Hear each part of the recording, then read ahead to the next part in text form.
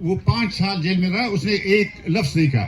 لیکن ایک موقع پر اس کو کہا گیا, عدالت نے کہا کہ آپ ذرا آگے تشریف لے آئیں, آپ کے خلاف یہ الزامات ہیں. یہ مقدمے کا ایک طریقہ ہوتا ہے کہ بتاتے ہیں کہ آپ کے خلاف یہ الزامات ہیں, آپ الزامات قبول کرتے ہیں یا نہیں قبول کرتے ہیں. تو نواب خیر بخش کو انہوں نے سنایا کہ آپ کے خلاف یہ الزام ہے, یہ الزام ہے. تو خیر بخش بری نے کہا کہ 5 سال سے میں جیل میں ہوں, میں تو کبھی بولا نہیں ہوں, لیکن آج آپ نے دعوت دی ہے تو میں یہ عرض کرنا چاہتا ہوں. اس نے کہا آپ ہمارا وقت بھی ضائع نہ کریں, اپنا وقت بھی ضائع نہ کریں یہ کہنے میں کہ آپ عدالت ہے, غیر جانبدار ہیں, قانون ہے وغیرہ, اس سے کچھ نہیں ہے. آپ اس نظام کے نوکر ہیں, آپ تنخواہیں لیتے ہیں, آپ کے انٹرسٹ ہے, آپ کے مفادات ہیں, آپ حکمرانوں میں شامل ہیں. اس نے کہا ہم آپ سے کوئی توقع نہیں رکھتے اور آپ کوئی انصاف ہمیں نہیں دے سکتے. اور کوئی تو انہوں نے کہا, ایک جج نے کہا کہ نواب صاحب ہم تو مقدمے کے قانونی پہلوؤں سے سروکار ہے ہمارا. تو خیر بخش ماری نے کہا کہ گھبرائے نہیں. اس وقت ذوالفقار علی بھٹو وزیر تھا, اس نے کہا کہ ہماری باتیں سننے پر آپ کو بھٹو نوکری سے نہیں نکالے گا, آپ باتیں ہماری سن لیں. میں تو خاموش تھا, آپ نے ہمیں دعوت دی. دوبارہ لوگ بولا, اس نے خیر بخش نے بہت بنیادی 2-3 باتیں کہی جو میں عرض کرنا چاہتا ہوں. اس نے کہا کہ دیکھیں, اس نے کہا کہ یہ مقدمہ سیاسی مقدمہ ہے, اس کا فیصلہ ہمارے عوام کریں گے, اس کا فیصلہ تاریخ کرے گی. اس نے کہا یہ ایسا مقدمہ ہے جیسے چین میں ماؤ زیتونگ پر مقدمہ چلا تھا. اس نے کہا کہ اس وقت کے حکمرانوں نے کہا کہ ماؤ زیتونگ باغی ہے, بغاوت کرنے والا ہے, شورش کرنے والا ہے, لیکن تاریخ نے ثابت کیا کہ وہ نئے چین کا بانی تھا. اس نے کہا فیڈل کاسٹرو کے بارے میں, اس وقت جو ڈکٹیٹر تھا باتستا کیوبا میں, اس نے کہا, باتستا نے کہا کہ یہ ٹیررسٹ ہے, اس پر مقدمہ چلایا, قید میں اس کو رکھا.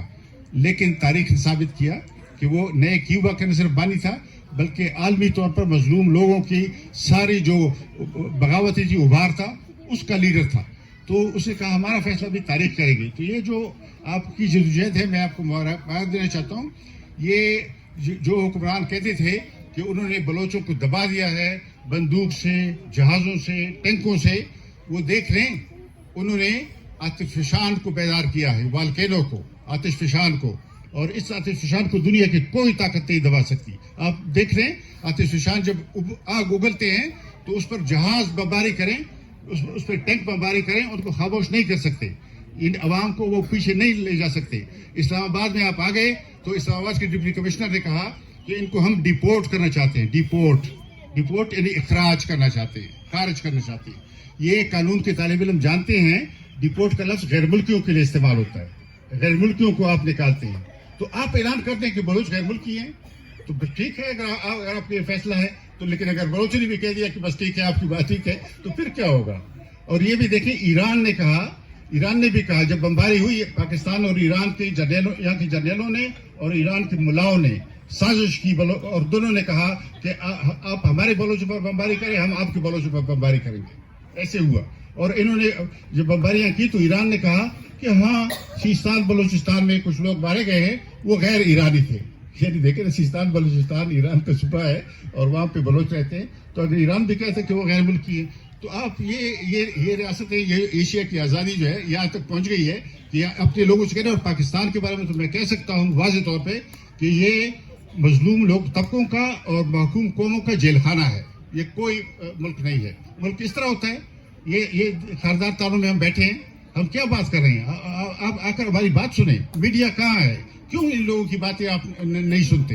تو یہ کوئی آزادی نہیں ہے. حقیقت یہ ہے کہ آزادی کے لیے ہمیں جدوجہد کرنی ہوگی. اور آپ نے جو بیڑا اٹھایا, اور خصوصاً میں خراج تحسین پیش کرنا چاہتا ہوں ہماری بلوچ ماؤں بہنوں, خواتین کا, بچیوں کا, جنہوں نے ایک طرح سے میں سمجھتا ہوں کہ ہمارا سر فخر سے بلند کیا ہے. ایران میں خواتین نے انقلاب کی قیادت کی پچھلے 2 سالوں میں. ایران میں بہت بڑا ابھارا ہے, لیکن پاکستان میں ایسی پہلی بار ایسا ہوا ہے کہ خواتین نکلی ہیں, انہوں نے ایک سیاسی تحریک کی قیادت کی ہے, اور یہ ان کا حق ہے. اور میں کہنا چاہتا ہوں, اور قوموں سے بھی کہنا چاہتا ہوں, پشتونوں سے کہنا چاہتا ہوں, اور لوگوں سے کہنا چاہتا ہوں کہ یہ خواتین کے بغیر, عورتوں کے بغیر کوئی قوم نہیں بن سکتی.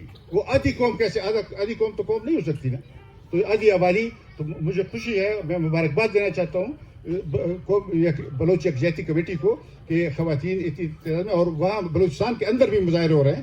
تو میں باتیں زیادہ لمبی نہیں کرنا چاہتا, لیکن یہ بات عرض کرنا چاہتا ہوں کہ یہاں پر ایک پاکستان میں پیریفری ہے. پیریفری کس کو کہتے ہیں؟ ضمنی علاقہ. یا ایسا علاقہ جو محکوم ہے، جس کے پاس اختیار نہیں ہے، بغیر جس کو اپنے وسائل پر بھی اختیار نہیں ہے، اپنی زمین پر اختیار نہیں ہے، تو پیریفری محکوم علاقہ، یہ محکوم علاقے کون سے ہیں؟ پہلے نمبر بلوچستان ہے، جس میں 2005 سے ایک فوجی آپریشن جاری ہے۔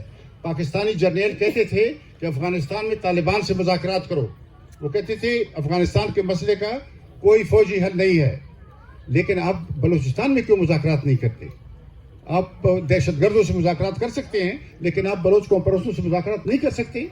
وہ لوگ جو حق کی بات کرتے ہیں، قانون اور آزادی کی بات کرتے ہیں، آپ ان سے بات نہیں کر سکتے۔